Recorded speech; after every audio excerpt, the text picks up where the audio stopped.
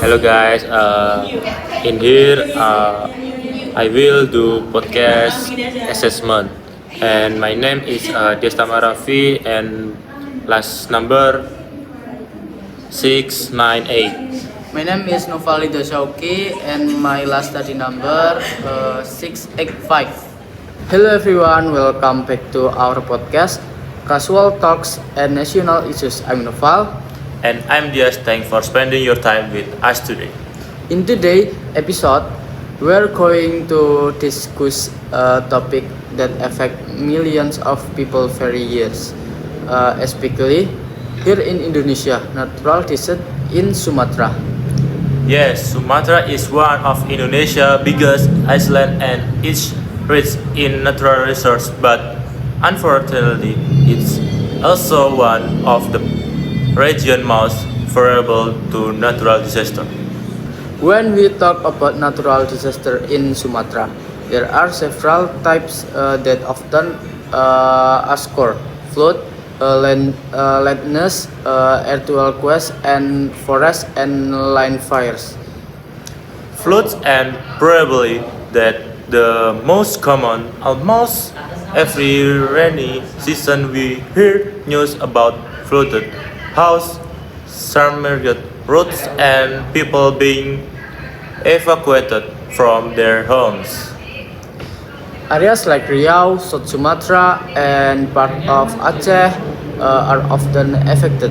A heavy rainfall poor drainage system and deformation make flooding worse every year. Besides floods, Sumatra is also very prone to earthquakes. That because Sumatra lies along the Pacific Ring of Fire, where several tectonic plates meet.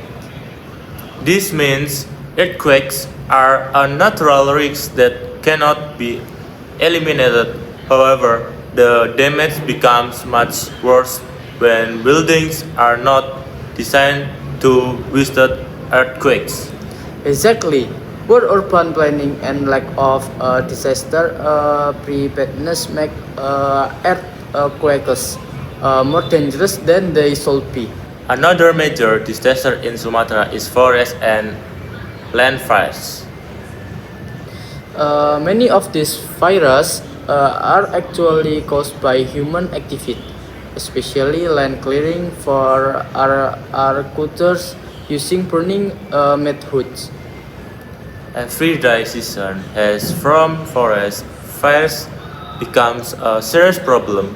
It does only affect Sumatra but also spreads to other islands and even neighbor countries. People suffer from respiratory illness, flight can cancel, school close, and economic activity slow down. The impact of this disaster on local communities is massive.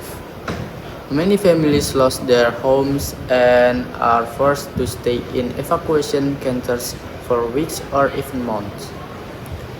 Farms lose their crops due to floods or fires, which directly affects their income and food supply.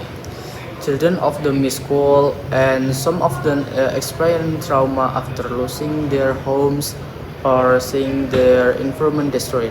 Natural disasters don't only cause physical damage but also psychology effect. And that's true.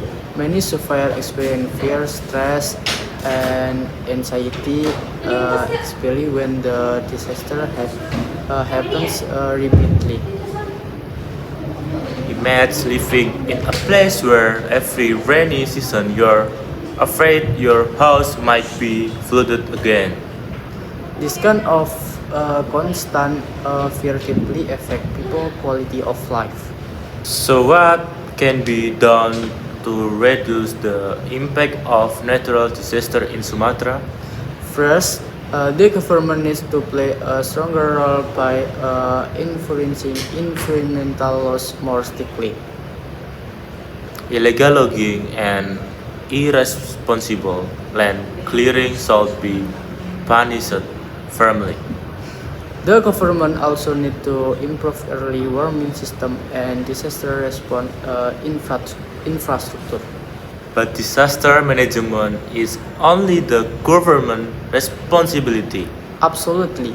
Communities need to be more aware and more prepared. Simple action like not throwing trash into rivers can actually reduce the risk of flooding. Joining disaster prepare training and living basic evacuation practice can save lives. Education is also a key factor in reducing disaster risk. By teaching environment awareness and in disaster management in school, we can prepare future generation to be more responsible. Long-term solutions like reforestation, sustainable land management, and eco-friendly development must become priorities. Even though the situation seems serious, there is still hope. We have seen communities, volunteers, and organizations work together to help disaster victims. These collective efforts show that cooperation can make real difference. So, to time, natural disasters in Sumatra are caused by both natural factors and human activity. And while we can completely stop disaster from happening, we can reduce their impact through awareness, cooperation, and responsible behavior. Let's take better care of our environment, not just for ourselves, but for future generations. Thank you so much for listening to our podcast. See you See in the you. next episode. Stay safe and keep caring for the environment. Bye bye.